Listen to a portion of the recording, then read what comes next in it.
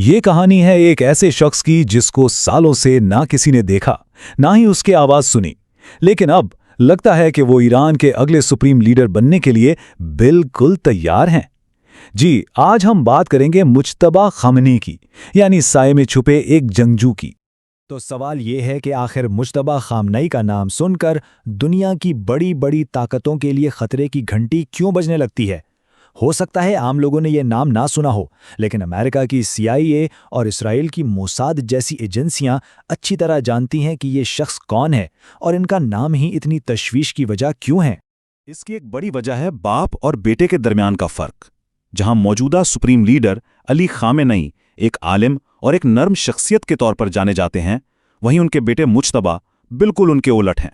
वो एक आलिम से ज्यादा एक जंगजू हैं, एक मजहबी रहनुमा से ज्यादा एक फौजी रहनुमा। अब वो ऐसे क्यों हैं, ये समझने के लिए हमें वक्त में थोड़ा पीछे जाना पड़ेगा। ईरान इराक जंग के दौर में वहीं से एक सदर के बेटे का एक सिपाही बनने का सफर शुरू हुआ था, जिसने मुज्तबा की पूरी शख्सियत को बदल कर रख दिया। तो हुआ कुछ यूं कि 1979 में शाह को हटाया गया और आयतुल्लाह खुमैनी इख्तिदार में आए। सिर्फ एक साल बाद ही सद्दाम हुसैन के इराक ने ईरान पर हमला कर दिया और एक 8 साल लंबी जंग शुरू हो गई। और फिर 1981 में ईरान के सदर को कत्ल कर दिया गया, जिसके बाद अली खामनेई उनकी जगह पर आए। मुज्तबा का बचपन इसी उथल पुथल के माहौल में गुजरा था। और इसी जंग के बीच जब वो सिर्फ 17 साल के थे, मुज्तबा ने एक ऐसा फैसला किया जिसकी किसी को उम्मीद नहीं थी। सदर का बेटा होने के बावजूद वो एक आम सिपाही बनकर ईरानी फौज में शामिल हो गए। ये कदम फौज से उनकी गहरी वाबस्तगी की पहली निशानी थी। वो सिर्फ फौज में शामिल ही नहीं हुए, बल्कि इतलात के मुताबिक उन्होंने फ्रंट लाइंस पर जाकर लड़ाई की। कहा तो ये भी जाता है कि उन्होंने अपनी बटालियन के साथ इराक के अंदर 30 पहाड़ों पर ईरानी परचम लहराया था, जिसने उनकी फौजी साख्त और तजर्बे को बहुत मजबूत किया। जंग खत्म हुई और कहानी आगे बढ़ी। उनके वालिद सुप्रीम लीडर बन गए और मुज्तबा ने खुद एक ऐसा रास्ता चुना जिसने उन्हें दो अलग अलग दुनियाओं में ताकत को मजबूत। 1989 में आयतुल्लाह खुमैनी का इंतकाल हो गया। ईरान के 86 सबसे बड़े उलमा, जिन्हें मजलिस खुबरेगान या असेंबली ऑफ एक्सपर्ट्स भी कहते हैं और जिनका काम सुप्रीम लीडर का इंतखाब करना होता है, वो एक नए रहनुमा के लिए इकट्ठे हुए। उन 86 में से 60 यानी तकरीबन 70% ने अली खामेनेई को वोट दिया और इस तरह वो ईरान के दूसरे सुप्रीम लीडर बन गए। इससे खामेनेई खानदान की पोजीशन ईरान की ताकत के मरकज में और भी मजबूत हो गई।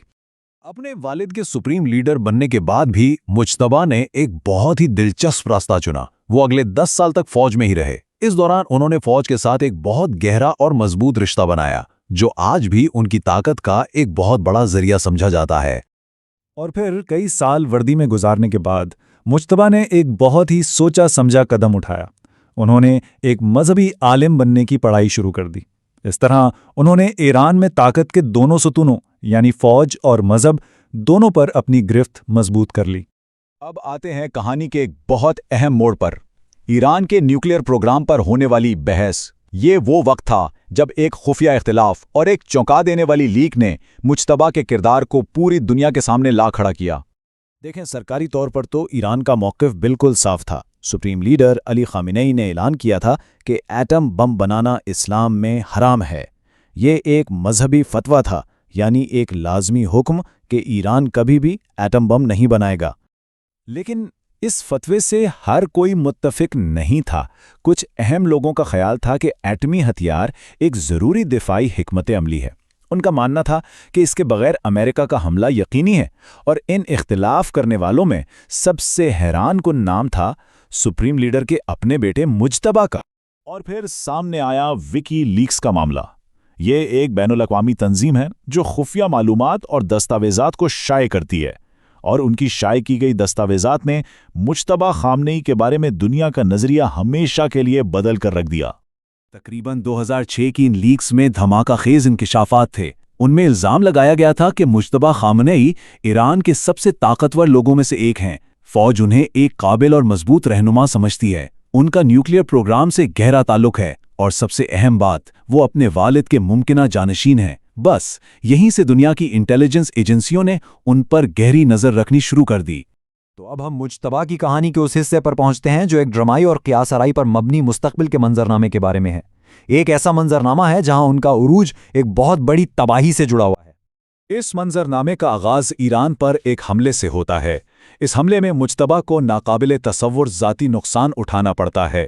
उनके वालिद और सुप्रीम लीडर अली खामनेई मारे जाते हैं।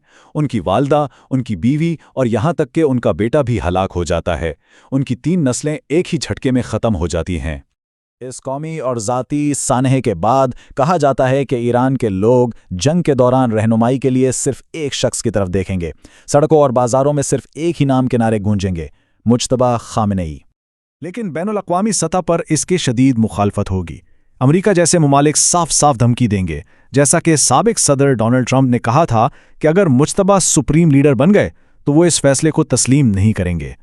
लेकिन बाहर की धमकियों के बावजूद ये मंजरनामा कुछ यूं ख़त्म होता है।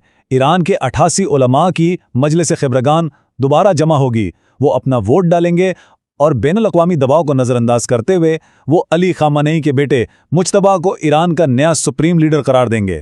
तो इसके साथ ही हम एक बहुत बड़े सवाल पर पहुंचते हैं।